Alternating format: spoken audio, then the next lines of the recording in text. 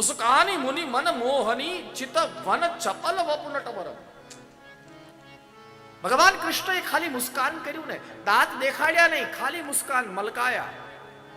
હા, જ્યાં મલકાયા ત્યાં યોગીઓ બધા એ સ્મિતમાં. સાહેબ હસ્યા હોત ને તો આખું જગત બઠું પડી જાત. લ્યો ને, ખાલી મુસ્કાયા. આપણે ત્યાં હાસ્યના અલગ અલગ પ્રકાર છે. હા, મુસ્કાવું અલગ છે, સ્મિત અલગ છે, દાંત કાઢવા અલગ છે, અટહાસ્ય અલગ છે. હા, માત્ર હોઠ મલકે એ સ્મિત છે. આખું મુખ પોળું થાય એ મુસ્કાન છે. દાંત દેખાય તો દાંત કાઢ્યા કહેવાય. હા, અને ઘણા તો જેમ આપણે કેમ રાક્ષસો અટહાસ્ય કરતા, ઘણા એવી ટેવ હોય, ફુગા ફોડે હસતી વખતે. લ્યો,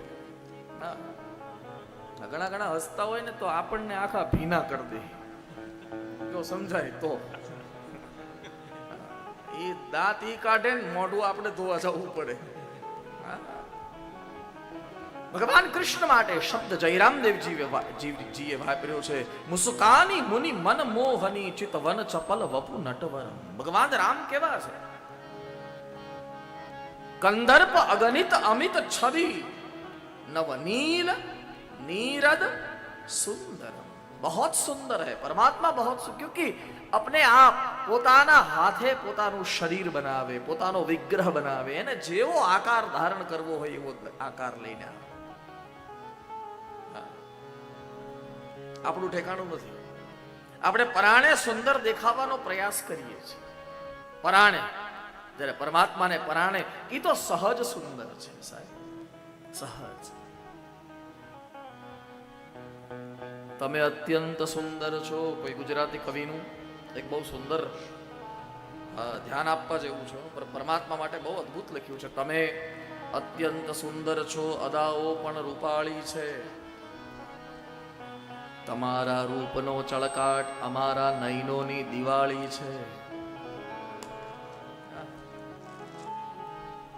તમે અત્યંત સુંદર છો, અદાઓ પણ રૂપાળી છે. તમારા રૂપનો ચળકાટ અમારા નયનોની દિવાળી છે.